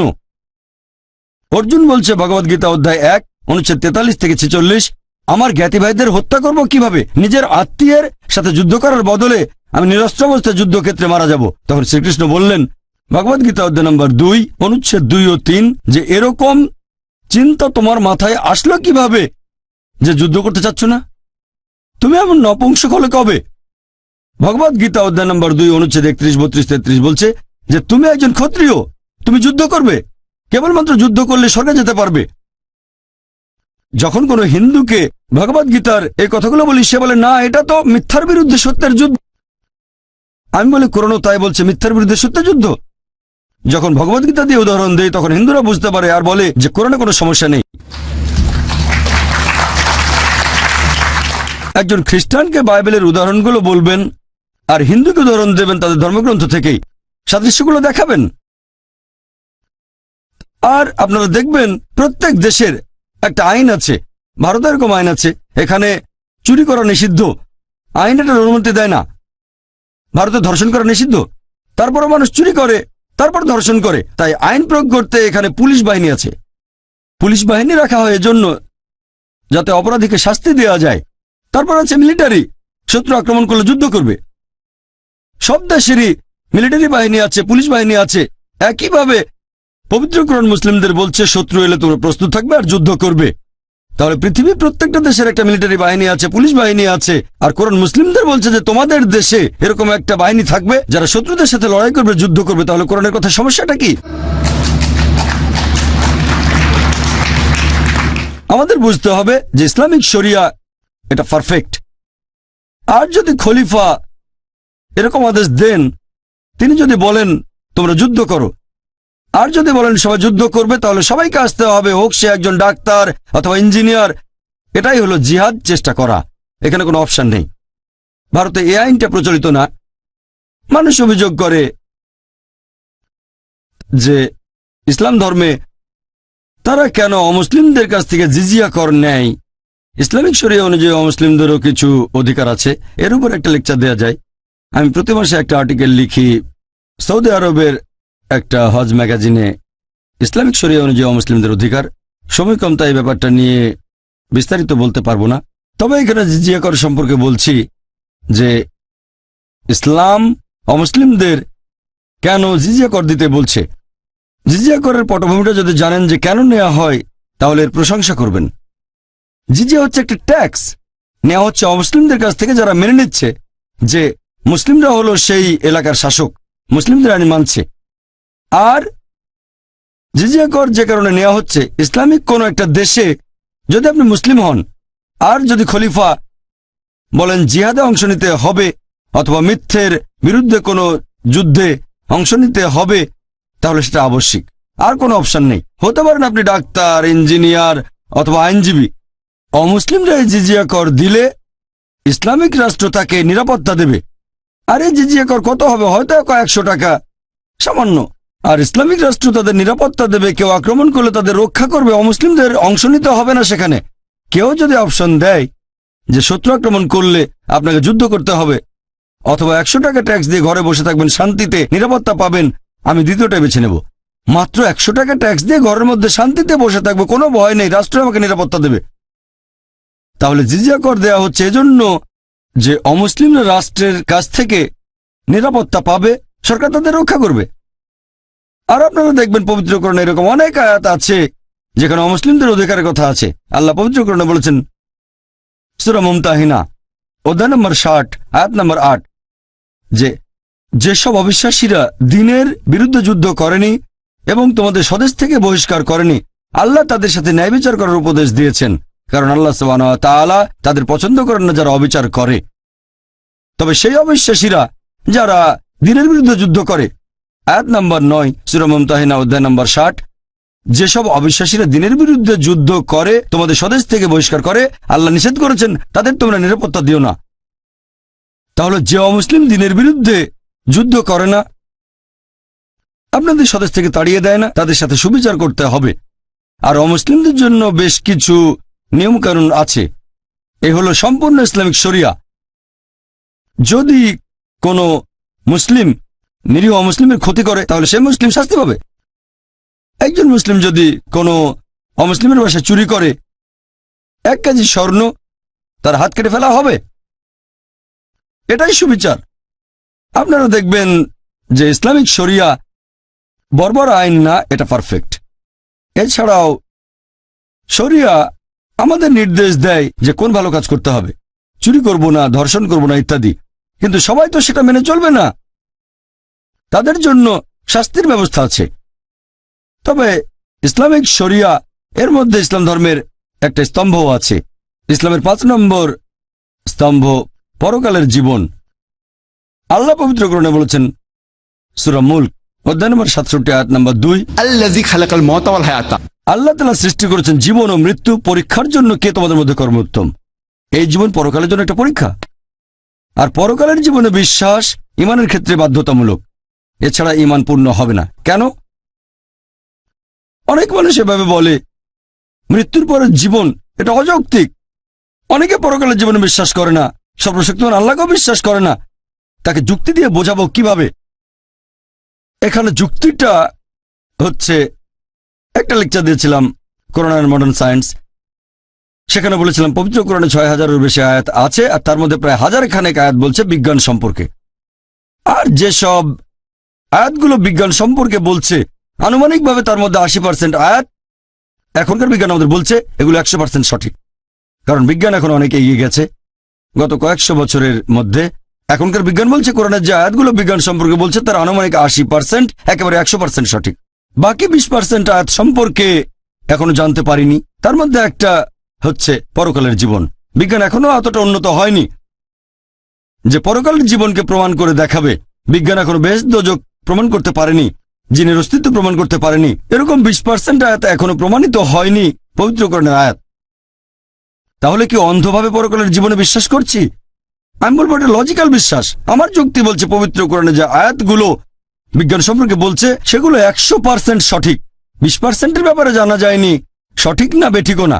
আমার যুক্তি বলছে যে ইনশাআল্লাহ এই 20% সঠিক হবে। এটাই লজিক্যাল বিশ্বাস। এই 20%-এর মধ্যে একটা হচ্ছে পরকালের জীবন। এখন একজন মানুষকে এই পরকালের জীবন সম্পর্কে কিভাবে বোঝাতে পারি? ধরেন একজন লোক পরকালের জীবনে বিশ্বাস করে না আর সর্বশক্তিমান আল্লাহকেও বিশ্বাস করে না, এখন তাকে বোঝাবো কিভাবে? আমি আপনাদের একটা প্রশ্ন করি যে চুরি করা ভালো না খারাপ? চুরি করা ভালো না খারাপ? খারাপ। সবাই বলবে খারাপ। ধর্ষণ করা ভালো না খারাপ? কে বলবে এটা ভালো? কেউ না। 4000 মানুষের কেউ বলছে না যে চুরি করা ভালো বা ধর্ষণ করা ভালো, সবাই একমত। আচ্ছা, এবার একটা উদাহরণ দেই। ধরেন আমি একজন স্মাগলার, ধরে নেন আমি স্মাগলার, অনেক ক্ষমতাবান স্মাগলার, আর আমি চোর, পৃথিবীর মধ্যে 1 নাম্বার, সবার সেরা। আর ধরেন আপনারা কেউ পরকালের জীবনে বিশ্বাস করেন না, আল্লাহকে বিশ্বাস করেন না। তাহলে আপনারা আল্লাহকে বিশ্বাস করেন না, পরকালের জীবনে বিশ্বাস করেন না, আর আমি একজন স্মাগলার, সেরা স্মাগলার, খুব বুদ্ধিমান, সবসময় যুক্তি খাটিয়ে কাজ করি। আমি আপনাদের বলছি যে চুরি করা ভালো। আমি বলছি চুরি করা ভালো। আমি সবসময় যুক্তি মেনে চলি, সবসময় বিজ্ঞান মেনে চলি। আমি আপনাদের প্রশ্ন করছি, একটু আগে আপনারা সবাই বললেন যে চুরি করা খারাপ, চুরি করা খারাপ। এখন আপনারা অন্তত একটা লজিক্যাল কারণ আমাকে দেখান যে চুরি করা কেন খারাপ আর আমি কেন বন্ধ করব। আমি খুব লজিক্যাল মানুষ, আমি অনেক বুদ্ধিমান, আমি বিজ্ঞান মেনে চলি। এখন আমাকে অন্তত একটা বৈজ্ঞানিক কারণ দেখান যে চুরি করা খারাপ কেন, তাহলে আমি চুরি করা বন্ধ করব। কেউ কেউ আমাকে মাত্র একটা কারণে দেখাতে পারবেন? অন্যের অধিকার কেড়ে নিচ্ছেন। আপনি অন্যের অধিকার কেড়ে নিচ্ছেন। মেনে নিলাম যে আমি অন্যের অধিকার কেড়ে নিচ্ছি। আমি হয়তো কারো 1000 টাকা চুরি করছি, তার অধিকার কেড়ে নিচ্ছি। এটা তার জন্য খারাপ, আমার জন্য না। আমি বলছি যুক্তি দিয়ে বোঝান যে এটা আমার জন্য খারাপ কেন। যদি কারো কাছ থেকে 1000 টাকা চুরি করি তাহলে ভালো হোটেলে খাওয়া দাওয়া করতে পারবো, 5 স্টার হোটেলে যেতে পারবো, সিনেমা দেখবো, এটা আমার উপকার হবে। আপনারা আমাকে যুক্তি দেখান যে এটা আমার জন্য কেন খারাপ হবে। যার চুরি যাচ্ছে তার জন্য এটা খারাপ। পুলিশ শাস্তি দেবে। আরেক ভাই বললেন পুলিশ আমাকে শাস্তি দিতে পারে, পুলিশ আমাকে অ্যারেস্ট করবে। ভাই পুলিশ তো আমার পকেটে আছে, মন্ত্রী মিনিস্টার আমার পকেটে। বলছি তো আমি হচ্ছি সেরা স্মাগলার, পৃথিবীর মধ্যে 1 নাম্বার। আপনি ছোটখাটো চোর, তাই চুরি করলে ধরা পড়ে যাবেন। আমি হচ্ছি সেরা চোর, মাফিয়ার নাম শুনেছেন? পুলিশ আমার পকেটে থাকে, মন্ত্রী মিনিস্টারের পকেটে, তারপর কোর্টের জজ আমার পকেটে, সবাইকে আমি টাকা দেই। আমাকে একটা কারণ দেখান যে এটা কেন খারাপ। হ্যাঁ, মনে রাখবেন প্রথমেই বলেছি যে ধরে নেবেন আপনারা হলেন সেই সব মানুষ যারা আল্লাহকে বিশ্বাস করে না, পরকালে বিশ্বাস করে না, আর আমি স্মাগলার। এখন আপনারা আমাকে বোঝাবেন যে চুরি করা খারাপ। মাত্র একটা লজিক্যাল কারণ দেখান। এটা তো হারাম, চুরি করা হারাম কাজ। হারাম? হ্যাঁ হারাম আপনার কাছে, আপনি চুরি করবেন না, কিন্তু আমার কাছে তো হারাম না। আপনার কাছে হারাম হলে, নিষিদ্ধ হলে আপনি চুরি করবেন না। কে আপনাকে চুরি করতে বলছে? আমি বলছি আমাকে প্রমাণ দেখান। আমি খুব লজিক্যাল মানুষ, মাত্র একটা লজিক্যাল কারণ দেখান যে এটা কেন খারাপ, তাহলে আমি আর চুরি করবো না। মাত্র একটা, দুটো লাগবে না, মাত্র একটা কারণ দেখান লজিক্যাল। একদিন আপনারও চুরি যাবে। একদিন আমারও চুরি যাবে? খুব ভালো ভাই, খুব বুদ্ধিমান, অন্য কেউ চুরি করবে। ভাই বলেছি তো আমি 1 নম্বর মাফিয়া।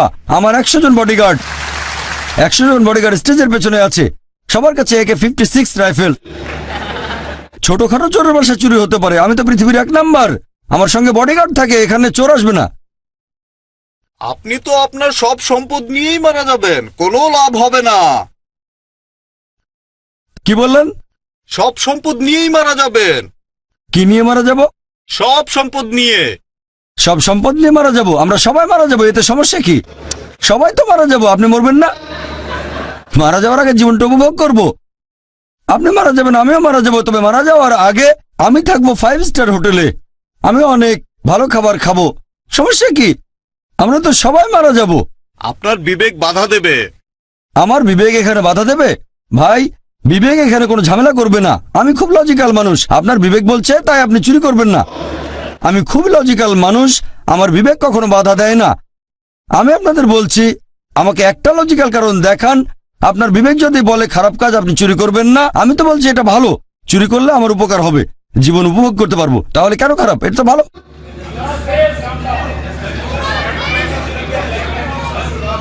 আমি একটু বলবো। সরি?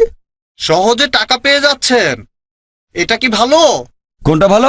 আপনি তো কোনো কাজ করছেন না, যে টাকাটা আপনি পাচ্ছেন সেটা তো খুব সহজেই চলে আসছে। ভাই আপনি বললেন যে আপনি কোনো কাজ না করেই সহজে টাকা পাচ্ছেন। কোনো কাজ না করেই টাকা পাচ্ছেন। হ্যাঁ, আপনিও বললেন কোনো কাজ না করে সহজে টাকা পেয়ে যাচ্ছি, সেজন্যই তো বলছি এটা ভালো। টাকা পেয়ে যাচ্ছি সহজে, তাহলে কষ্ট করবো কেন? সহজে টাকা পাওয়াটা ভালো না খারাপ? অবশ্যই ভালো। তাহলে সহজে টাকা পাওয়াটা তো ভালো।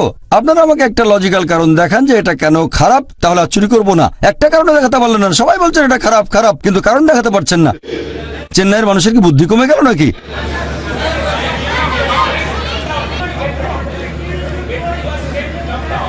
সরি ভাই, আমি শুনতে পাচ্ছি না। আপনি তো তাহলে আমেরিকানদের মতো হয়ে যাবেন। আমি আমেরিকানদের মতো হয়ে যাব? হ্যাঁ, আমেরিকানদের মতো। আমি হয়ে যাব জর্জ বুশ। আচ্ছা ঠিক আছে, ভালো। আপনাদের উত্তর দেওয়ার সময় শেষ। যদি মানুষের জিনিস চুরি করেন তাহলে একদিন আপনার জিনিসও চুরি যাবে। ভাই বলেন আমি চুরি করলে আমারও চুরি যাবে। আমি তো বলেছি আমার বডিগার্ড আছে, কথাটা শোনেননি? আমার বডিগার্ড আছে, কেউ চুরি করতে পারবে না। আপনাদের উত্তর দেওয়ার সময় শেষ, এবার টেবিলটা উল্টে দিতে হবে। আপনার কাজটা ঠিক না, কারণ আপনি চুরি করছেন, স্মাগলিং। এতে করে সমাজের আচ্ছা ঠিক অনেক আছে, ক্ষতি আপনাদের হচ্ছে। উত্তর দেওয়ার সময় শেষ। অনেক শত্রু তৈরি হবে। আমার শত্রু থাকলে সমস্যা নেই, আমার কেউ ক্ষতি করবে না, আমার আছে বডিগার্ড। আপনাদের উত্তর দেওয়ার সময় শেষ, এবার আমি উত্তরটা বলছি। আপনাদের উত্তরটা বলছি। আমি আগে বলেছিলাম এটা একটা উদাহরণ। ধরেন একজন লোক আপনার কাছে এসে জিজ্ঞেস করলো যে কিভাবে প্রমাণ করবেন ইসলামিক শরিয়া নিখুঁত। এই প্রশ্নটা যদি করা হয় তাহলে এবার টেবিলটা উল্টে দেন। টেবিলটা উল্টে দেন। ধরেন আপনি স্মাগলার, উদাহরণ দিচ্ছি, এটা ধরে নেন আপনি পৃথিবীর 1 নম্বর স্মাগলার আর আমি একজন মুসলিম। আপনাকে বোঝানোর চেষ্টা করছি। আপনি স্মাগলার, আমাকে বললেন প্রমাণ করে দেখান যে চুরি করা খারাপ। বললাম পুলিশ অ্যারেস্ট করবে, আপনি বললেন পুলিশ আমার পকেটে। তারপর বললাম এতে অন্যের ক্ষতি হচ্ছে, আপনি বললেন তাতে আমার কিছু যায় আসে না। বললাম বিবেক দংশন করবে, বললেন আমার বিবেকই নেই, দংশন করবে কে আমাকে। তারপর আমি বললাম আপনার থেকে কেউ চুরি করে নেবে, আপনি বললেন আমার বডিগার্ড আছে। মুসলিম হিসেবে আমি যেটা করব এইসব কথা বলার পাশাপাশি সেটা আমি আল্লাহ সুবহানাহু ওয়া তাআলার অস্তিত্বকে প্রমাণ করব। যে লোকটা পৃথিবীর মধ্যে 1 নম্বর মাফিয়া, স্মাগলার অথবা চোর, তার কাছে বস্তুবাদী সবার আগে, নিজেকে সে ক্ষমতাবান মনে করে থাকে, খুব ক্ষমতাবান সে। প্রথমে আমি তার সামনে আল্লাহ তাআলার অস্তিত্ব প্রমাণ করে দেখাবো। এটা করেছি একটা লেকচারে, is the Quran God's word. এখন যদি কেউ এই লেকচারটা is the Quran God's word খোলা মন নিয়ে দেখেন তাহলে আপনিও মানবেন যে সবচেয়ে ক্ষমতাবান আল্লাহ সুবহানাহু ওয়া তাআলা, সর্বশক্তিমান ঈশ্বর। তার সামনে প্রমাণ করে দেখাবো সে সর্বশক্তিমান নয়, সর্বশক্তিমান আল্লাহ সুবহানাহু ওয়া তাআলা। প্রমাণ করব পবিত্র কোরআন আর বিজ্ঞান দিয়ে। 1 নম্বর পয়েন্ট। 2 নম্বর পয়েন্ট, সে তখন বলবে আচ্ছা আমি মেনে নিলাম যে ঈশ্বর সর্বশক্তিমান, কিন্তু তিনি কোন টাইপের ঈশ্বর? আমার তো কিছু হচ্ছে না। হ্যাঁ, কথাটা ঠিক। এরকম অনেক দৃষ্টান্ত দেখবেন, অনেকে স্মাগলার চুরি করে কিন্তু তাদের কিছুই হচ্ছে না। কে ঠিক বলেছি? অনেকে আছে এরকম, হাজার হাজার চোর আছে, অনেকে বড় বড় অপরাধী, তারা খুব আরামের সাথে জীবন কাটায়, তাদের কিছুই হচ্ছে না, স্বাভাবিকভাবে মারা যাচ্ছে। হ্যাঁ, কেউ হয়তো খুন হয়, কেউ বা অ্যারেস্ট হয়, তবে অনেকেই জীবনটাকে উপভোগ করে মারা যায়, স্বাভাবিকভাবে মারা যায়। এখন সে প্রশ্ন করবে ঈশ্বর যদি এমন মহান হন তাহলে শাস্তি দিচ্ছেন না কেন? এটা আবার কোন ধরনের সুবিচার? আল্লাহ পবিত্র কোরআনে বলেছেন, সূরা নিসা অধ্যায় নম্বর 4 আয়াত নম্বর 40, আল্লাহ সুবহানাহু ওয়া তাআলা কারো প্রতি অনুপরিমাণও জুলুম করেন না, তিনি কারোর সাথে অবিচার করেন না। আর আপনি যদি কাউকে জিজ্ঞেস করেন, সে জানে যে সবার উপরে সে নয়, প্রমাণ করেছেন সে সবার উপরে না, তখন যদি অবিচার করা হয় অন্য কারোর সাথে সে কিছু বলবে না। তবে কেউ চায় না নিজের প্রতি অবিচার হোক। একজন লোক অন্য কারো মা বা স্ত্রীকে ধর্ষণ করলো, তাকে মৃত্যুদণ্ড দিলে আপনারা বলবেন বর্বর আইন। যদি ধর্ষণ করা হয় আপনার মাকে, তখন মনে হবে যে মৃত্যুদণ্ড সবচেয়ে ভালো। অবিচার যদি হয় আপনার সাথে, তখন বুঝতে পারবেন যে সুবিচার করতে হবে। সবাই এখানে একমত হবেন যে অবশ্যই সুবিচার করতে হবে। এখন প্রশ্ন হচ্ছে এই পৃথিবীতে আমরা সুবিচার করব কিভাবে? সবাই তো সুবিচার পাবে না। যেমন ধরেন, আপনি এটা জানেন যে হিটলার 60 লক্ষ ইহুদিকে হত্যা করেছিল। কতজন? 60 লক্ষ ইহুদি। ধরেন আপনি আজকে হিটলারকে ধরলেন, তাকে এখন কি শাস্তি দেবেন? কি শাস্তি দেবেন? ম্যাক্সিমাম তাকেও গ্যাস চেম্বারে পাঠিয়ে দেবেন। তাতে মাত্র একটা জীবনের ক্ষতিপূরণ হবে, বাকি 59,99,999 জন ইহুদি ছিল, তাদের ব্যাপারে কি হবে? তারা সুবিচার পাবে না? এটা আবার কোন ধরনের আইন? একে সুবিচার বলবেন? আল্লাহ পবিত্র কোরআনে বলেছেন, সূরা আলে ইমরান অধ্যায় নম্বর 3 আয়াত নম্বর 185, যে কুল্লু নাফসিন যায়কাতুল মউত, জীব মাত্রই মৃত্যুর স্বাদ গ্রহণ করবে, আর চূড়ান্ত বিচার হবে রোজ কিয়ামতের দিনে। আর যাকে দোজখের আগুন থেকে দূরে রাখা হবে, বেহেশতে নেওয়া হবে, সে পৃথিবীর উদ্দেশ্য অর্জনে সফল কাম। কারণ এই পার্থিব জীবন এটা ছলনাময় ভোগবিলাসিতা ব্যতীত আর কিছুই নয়। তাহলে চূড়ান্ত হিসাব কিতাব, চূড়ান্ত বিচার সেটা হবে রোজ কিয়ামতের দিনে। সেটাই হচ্ছে চূড়ান্ত হিসাব কিতাব। তাহলে যেভাবে একজন মাফিয়াকে বাধা দেবেন, কেউ তার ক্ষতি করতে পারবে না, মন্ত্রী মিনিস্টার পকেটে, জজ তার পকেটে, পুলিশ তার পকেটে, সেটা হচ্ছে আখিরাতের জীবনের শাস্তি। এটা দিয়ে ইসলামিক শরিয়া সম্পূর্ণ হয়। পরকালের জীবনে বিশ্বাস। তাহলে শরিয়ার লেভেল 3টা। 1 নম্বর হচ্ছে যে সাধারণ কিছু আইন, চুরি করো না, ধর্ষণ করো না। 2 নম্বর, চুরি অথবা ধর্ষণ করলে শাস্তি পেতে পারেন। 3 নম্বর, যেসব লোক আইন মেনে চলতে চায় না তারা ধরা পড়লে শাস্তি পাবে। তবে সব জায়গায় তো ইসলামিক শরিয়া নেই। আমেরিকা ইসলামিক শরিয়া প্রচলিত না, ভারতে ইসলামিক শরিয়া নেই, তাহলে পৃথিবীতে কোনো শাস্তি পাচ্ছে না। তারা আসলে শাস্তিগুলো পাবে আখিরাতে। আর আল্লাহ সুবহানাহু ওয়া তাআলা যদি আখিরাতে হিটলারকে শাস্তি দিতে চান, আল্লাহ পবিত্র কোরআনে বলেছেন সূরা নিসা অধ্যায় নম্বর 4 আয়াত নম্বর 56, যারা আমার আয়াত প্রত্যাখ্যান করে তাদের দোজখের আগুনে দগ্ধ করব, আর তাদের চামড়া যখন পুরোপুরি দগ্ধ হয়ে যাবে সেখানে নতুন চামড়া দেওয়া হবে যাতে তারা ব্যথা অনুভব করতে পারে। এখনকার বিজ্ঞান জানতে পেরেছে আমাদের চামড়ার নিচে পেইন রিসেপ্টর থাকে। তাহলে আল্লাহ সুবহানাহু ওয়া তাআলা যদি হিটলারকে পোড়াতে চান 60 লক্ষ বার, তিনি তা পারেন। 1 কোটি 20 লক্ষ বার করতে পারেন, সেটাই পৃথিবীতে করবেন না। তাহলে চূড়ান্ত বিচার হবে আখিরাতে, এখানে শাস্তির অংশবিশেষ পেতে পারেন। তবে আসল হিসাব কিতাব, একেবারে চূড়ান্ত বিচার হবে রোজ কিয়ামতের দিনে। আর আল্লাহ সুবহানাহু ওয়া তাআলা হলেন মালিক ইয়াউমিদ্দিন, তিনি কর্মফল দিবসের মালিক। তাহলে চূড়ান্ত শরিয়া আর ইসলামিক আইন তখনই বুঝতে পারবেন যদি বিশ্বাস করেন আখিরাতে। যদি আখিরাতে বিশ্বাস না করেন তাহলে চুরি করাকে খারাপ বলবেন না, ধর্ষণকে খারাপ বলবেন না, এই সব কিছুকে তখনই খারাপ বলতে পারবেন যদি পরকালের জীবন থাকে। তাহলে এই হলো পরিপূর্ণ শরিয়া। আমি একটা উদাহরণের কথা বলে আমার লেকচার শেষ করব। যখনই আপনি শরিয়াকে বিচার করতে যাবেন, বিশুদ্ধ উৎস দিয়ে বিচার করবেন, মানে পবিত্র কোরআন আর আমাদের নবীর সুন্নত অর্থাৎ সহিহ হাদিস। এখানে একজন মুসলিমের কাজ বা মুসলিম সমাজের কাজ দেখব না, কারণ মিডিয়া এখন যেটা করে তারা সমাজের কিছু কুলাঙ্গারকে বেছে নেয়, কুলাঙ্গার কিছু লোককে তুলে ধরে প্রচার করে এরাই সেই লোকগুলো, এরাই হচ্ছে আদর্শ মুসলিম, মুসলিমদের দৃষ্টান্ত। আপনার মিডিয়ায় দেখবেন খবরের কাগজে এভাবে লেখা হবে, যদি 50 বছরের মুসলিম পুরুষ 16 বছরের মেয়েকে বিয়ে করে, এরকম কোনো খবর থাকলে সেটা আসবে একেবারে হেডলাইনে। 50 বছরের মুসলিম পুরুষ 16 বছরের মেয়েকে বিয়ে করেছে, হেডলাইন। যদি 50 বছরের একজন অমুসলিম 6 বছরের একটা মেয়েকে ধর্ষণ করে, সেটা হবে ছোট করে খবর। এক পাশে মিডিয়া এটা করছে। আমি জানি প্রত্যেক সম্প্রদায়ের ভেতরেই কিছু কুলাঙ্গার থাকে, কিছু লোক নিজেদের মুসলিম বলে কিন্তু শরিয়া মেনে চলে না। ইসলাম বলছে মদ পান করো না, মাদকদ্রব্য নিও না। এরকম অনেক মুসলিম আছে যারা এসব কাজে অমুসলিমদের চেয়েও পাকা। আমি এটা জানি, এরা হচ্ছে কুলাঙ্গার। প্রত্যেক সম্প্রদায়ে কিছু কুলাঙ্গার থাকে। মিডিয়া এদেরকে এমনভাবে তুলে ধরো যেন এরাই আদর্শ মুসলিম। গতকাল একটা উদাহরণ দিয়েছিলাম, যদি একটা গাড়িকে যাচাই করতে চান আর ড্রাইভার যদি ভালো চালাতে না জানে, হুইলের পেছনে কাঁপাকাঁপি করতে করতে অ্যাক্সিডেন্ট করে বসলো, কাকে দোষ দেবেন? ড্রাইভারকে না গাড়িকে? ড্রাইভারকে। তাই মুসলিমদের দেখে ইসলাম ধর্মকে বিচার করবেন না, ইসলামকে বিচার করবেন কোরআন এবং হাদিস দিয়ে। আরেকটা গাড়ি যাচাই করতে গেলে হুইলের পেছনে আপনি এমন কাউকে বসাবেন যে খুব ভালো ড্রাইভার। তাহলে একজন মানুষের কাজ দেখে ইসলাম ধর্মকে যাচাই করতে চাইলে সবচেয়ে সেরা দৃষ্টান্ত সর্বশেষ চূড়ান্ত নবী মুহাম্মদ সাল্লাল্লাহু আলাইহি ওয়াসাল্লাম। ওয়া আখিরু দাওয়ানা আলহামদুলিল্লাহি রাব্বিল আলামিন।